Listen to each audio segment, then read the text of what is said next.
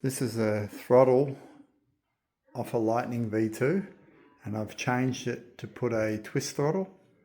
I just got one off the internet for about 15 bucks. It was off a e-motorbike and I had an old one of these because this one was faulty, so it was changed. All I did was you take the screws apart. There's a little sensor here. I haven't got that anymore. I don't know what I did with it. I cut that off. There's 3 wires. That sensor is the red, green and blue sensor, but I cut it off and just spread the wires apart. You get rid of that, but then you come back over to these wires here, and at the moment I've soldered on the e-motorbike one that I've got. It had brown, blue and black, but a lot of them will have red, green and black, and all you got to do is get a soldering iron and take off the red, green and black one that's already there, that comes with the Lightning, and you've got to double it up with the other one, with the new throttle. Essentially, basically you're just wiring in your throttle and you're taking this throttle out of action and you're putting in a new one. The green is your control wire and the red and the black are your power.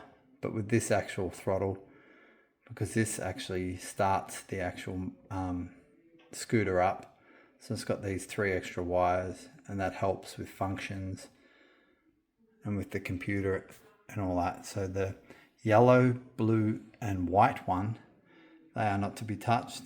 They actually control the computer. But the red, green and black one is the one you've got to change. I've made a bit of a diagram here.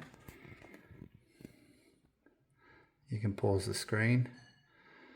The brown, the blue and the black is because some of these throttles have those colors, and so that just coincides. The brown matches up with the red, the blue matches up with the green, and the black matches up with the black, of course.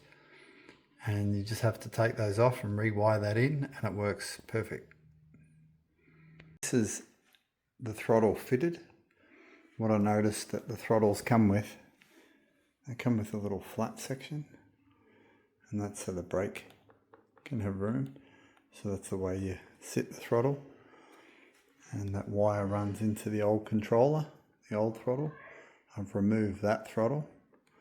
I had to drill one little hole that I didn't mention before so I could get the throttle wire, the twist throttle wire up in, so I could wire it in. And then everything else is pretty well the same. Now I can move the controller across a bit. It doesn't need to be right beside. It uses a throttle, so I can actually fit other things in here that I want to fit, like the mirror and the button for the dual wheels.